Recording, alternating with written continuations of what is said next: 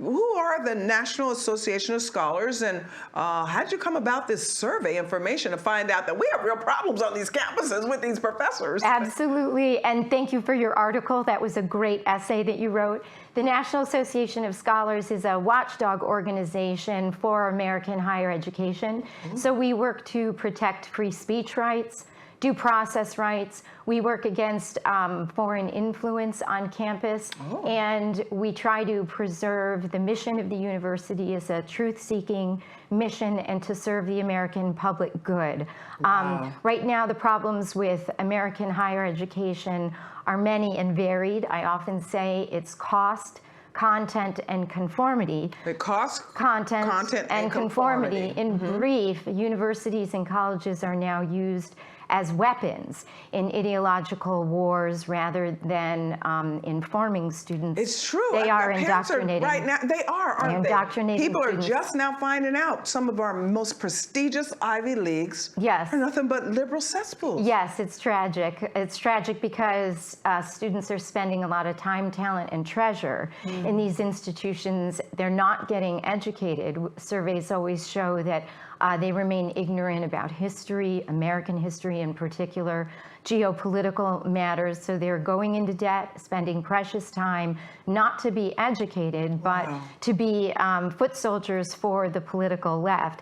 Now, you asked how I got involved. Yeah, I wanted to know how you got involved because, but you said so much that's just so profound and so true. And as they then come out of these universities, it's like they're little soldiers to go into a corporate world that is also extended into all this liberal ideology. So yeah, what got you on this path to do this work? Right. So I've always been very involved in the pro-life and the pro-family efforts. So that's working where against. Our paths have crossed before. We're trying to sit here. We're trying to find. We know each other. We know each other. Yeah. And now so tell our audience how we know each other. Trying to protect human life. So in various pro-life gatherings and meetings, our paths have crossed. And then I went to work for a university and was not hired because of my pro-life and pro-family work, which is a violation of the First Amendment. Well, yes, if the school is a state school. And I actually was involved in litigation for the better part of 10 years, where interestingly, the records showed that the faculty at most law schools, including this one,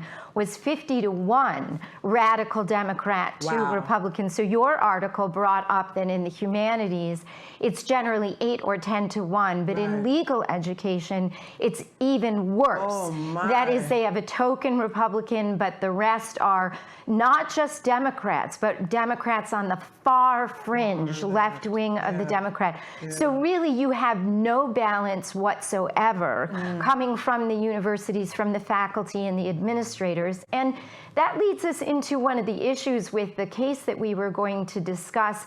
I try not to blame the students. I know that's difficult because the students can behave in obnoxious fashion. They take to the streets. Well, yeah, some of them are free for the first time. They're coming out of their homes. They get caught up in the moment. No, we know that. And I would not blame them more often than not, especially if faculty are leading you into this stuff. Exactly. This is a top-down phenomenon. This is really, there are no grown-ups in the room.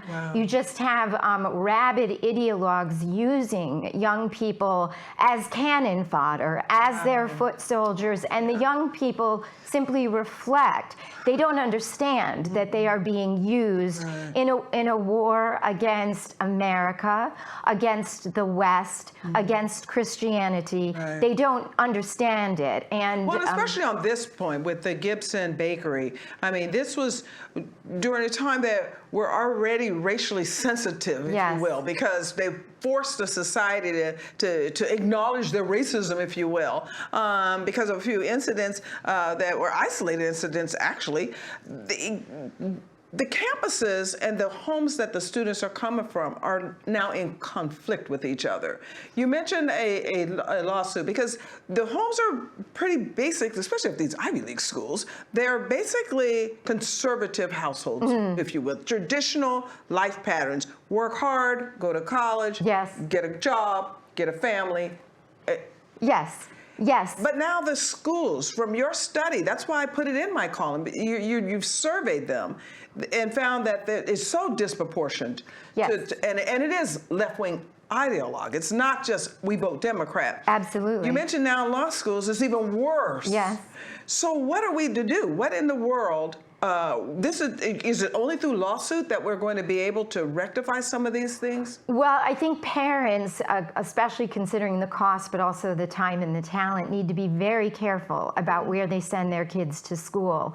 Unfortunately... Yeah, but that's easy to say, but when your child does very, very well, and they want to study engineering, yes, and they go to a school that it specializes in engineering, and then you find out that your instructor has another agenda, that's a little bit complicated for the parent to say that I'm not going to send them to Oberlin. This is why this is so important, I think. This is a prestigious college. I agree. This is not a fly-by-night, we want to, kind of just work with your worldview junior college. This is a prestigious college that you work very hard to get into. I hear everything that you are saying. People have to have, however, their eyes wide open.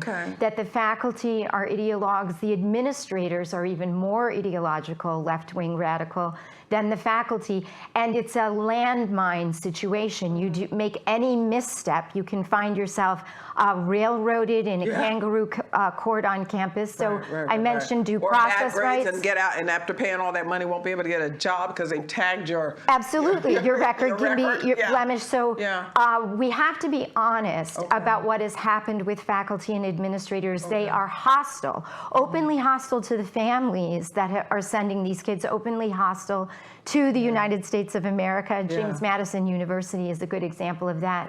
In Virginia, where we saw UVA now is I don't mean to cut your thought, but now some of the faculty are fighting back from on this ideology. But what were you going to say about the... Yes, some faculty do push back, but at James Madison University, freshman orientation was about having students admit their oppressors. They wanted them to say they were anti-Christian, anti-American, and view all that as a form of oppression. Just to get in. As much as we want Susie to go off to a nice college and have a good experience, eyes need to be wide open. These institutions, these faculty members, and these administrators, on balance, are not there to educate. They're there to indoctrinate, and if you don't conform, they can find ways to ruin your academic experience.